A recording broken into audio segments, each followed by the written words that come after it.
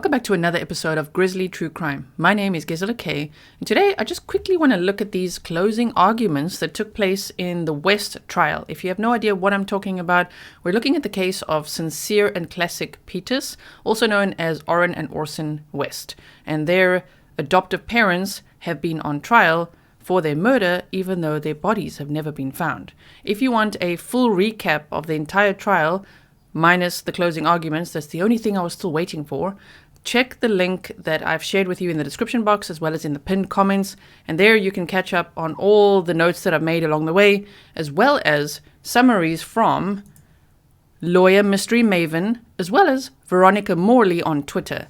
Now here you could see Lawyer Mystery Maven says, West trial verdict alert.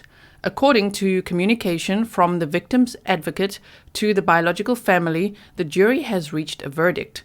Court will be in session tomorrow. So that's today, depending on when you're watching this. Today is May 19th. So today at 11 a.m. PST, and the verdict will be read thereafter. The audio feed should be available for anyone who would like to listen. So there's the link to listen. It is kerncourts.ca.gov online. Just a reminder that one is not allowed to stream the court proceedings. So I can't live stream it and share this audio with you. All I can do is share the link with you, and then if you click on the link, you can listen to it. But you're not allowed to, as you can see here, broadcast it, record it, share it with the audience or anything like that. All you could do is listen in and then take notes and then share what you heard. Maybe at a later stage, as they did with the opening statements, they will release video from cameras that were in the courtroom, like we saw. As I say, with the opening statements, that's kind of what I'm waiting for with the closing arguments. But let's hope that today is the day that there will be justice for Cinsere and Classic. Okay, so to just quickly go over the closing arguments here, this is from kget.com.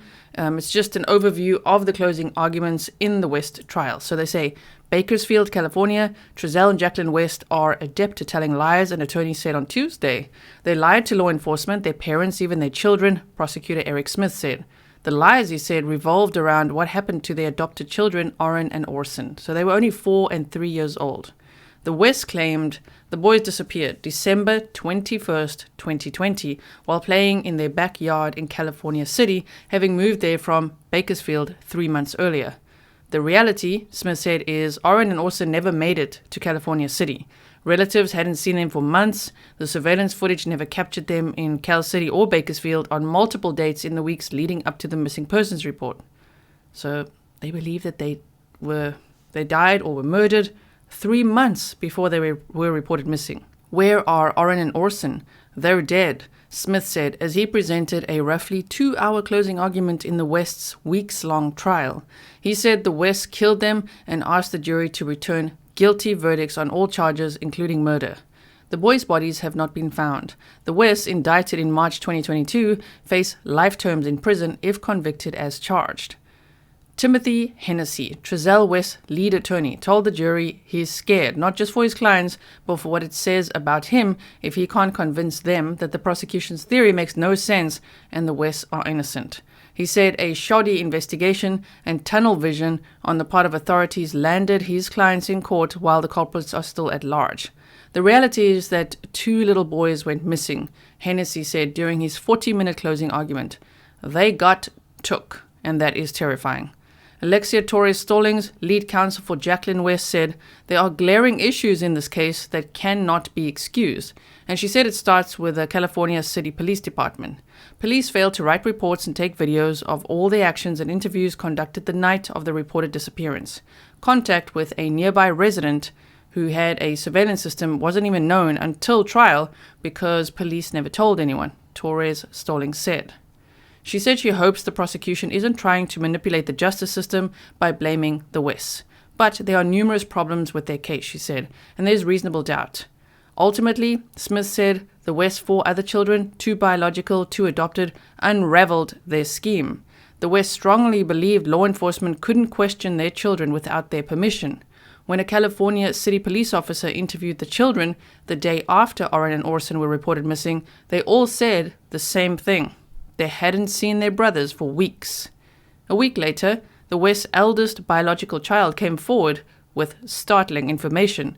He told a social worker he saw Orrin die at the family's apartment in Bakersfield in September. He said his parents never called 911 for help. A week later, they moved to Cal City, and shortly after, Orson disappeared, the boy said.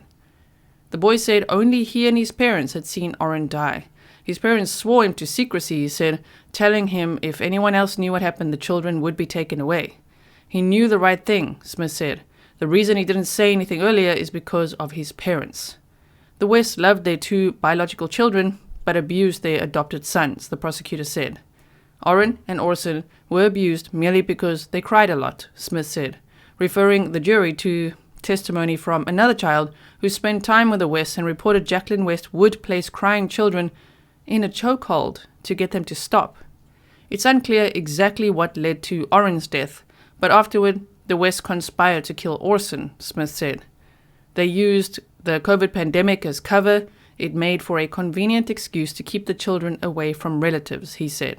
In the 3 months from when the boys died to when they were reported missing, the Wests had plenty of time to dispose of the bodies, get new phones, and come up with a story, Smith said. They didn't care about Orrin and Orson, only adopting them for the $1,000 monthly payments the state paid for each child. The Wests' income came almost entirely from those payments and ones that they received for their other adopted children. Trezell and Jacqueline have no moral fiber, he said. They killed 2 kids. Police focused on the West from the beginning, Hennessy said, so this is the defense, ignoring other possibilities. They didn't look into the dozens of SOs living in Cal City, didn't thoroughly check a tip reporting the boys had been seen in Arlington, Texas, and weren't aware until the trial of lights seen on surveillance footage that could have been a car leaving the vicinity of the West home the night of the disappearance, Hennessy said. These failures extended to collecting surveillance footage, the attorney said. Authorities could have gone further back and collected more footage that may have shown Orrin and Orson, but they didn't. Everyone involved had blinders on, Hennessy said. He said other factors were also at play. Trezell West is black, and this incident occurred around the time of the George Floyd unrest. When Trezell West told police he didn't think they were taking the investigation seriously enough because 2 black boys were missing, they bristled, Hennessy said. One officer indicated he was ready to arrest Trezell West that night despite flimsy evidence, he said. Hennessy, who is white, said if his child went missing, police wouldn't be calling him a liar the same night. They would have exhausted all possibilities first. The jury couldn't help but find the prosecution's case weak, Hennessy said. When they rested their case, you had to have winced a little thinking that's all, he said. Torres Stallings went over certain jury instructions, among them how to judge a witness's testimony by considering how well they could see or hear what they were testifying to, how reasonable the testimony is in light of other evidence, and what their behavior was like on the stand. She referred to the testimony of California City Police Officer Brian Hansen and how he gave conflicting statements and then said neither statement was a lie. There are no confessions in this case and there isn't an overwhelming amount of evidence, Torres Stallings said. With the exception of the eldest child's testimony, she said the rest of the evidence is circumstantial. She noted that if 2 reasonable conclusions can be drawn from circumstantial evidence, one pointing to innocence, the other to guilt, the jury must choose the one pointing to innocence. The prosecution built its case on what the West's eldest child said, but there were issues with how the boy and the West's other children were questioned, Torres Stallings said. Hansen, who conducted the initial interviews, had no formal training in questioning children. Social worker Sonia Barton, who conducted later interviews, testified she was aware of suggestibility in children. Torres Stallings said there were bad questions that could lead to false allegations. Some involved simple yes or no answers instead of open-ended responses. In wrapping up her 75-minute testimony, Torres Stallings played audio of a detective telling Jacqueline West everything that will happen to her if she doesn't tell the truth. Her family will disown her. Friends abandon her. The other children will be taken away. As the audio played, Torres Stallings showed a video of footage from the West house with the family gone. Everything the detective said would happen came to pass, she said. But Trezell and Jacqueline West are still standing by each other, she said, and they know they did nothing wrong. There's nothing in this case that points to the unreasonable conclusion that they did anything, Torres Stallings said. So that's a summary of the closing arguments. I would also highly recommend checking out Lawyer Mystery Maven. If you look at her video section here, you can see the closing arguments summary here as well. So she's done a recap of every single day, listening to it, making notes, and it's very detailed notes. So if you do want to listen to this, I will put the link to this episode in the description box for you. Just a reminder that we are not allowed to stream the audio. You can see the rules set out there. It's illegal to do so. But this link, if you do want to listen in at 11 a.m. PST, I will put the link to this in the description box for you as well. Thank you so much for watching, and I will see you in the next one. Stay safe.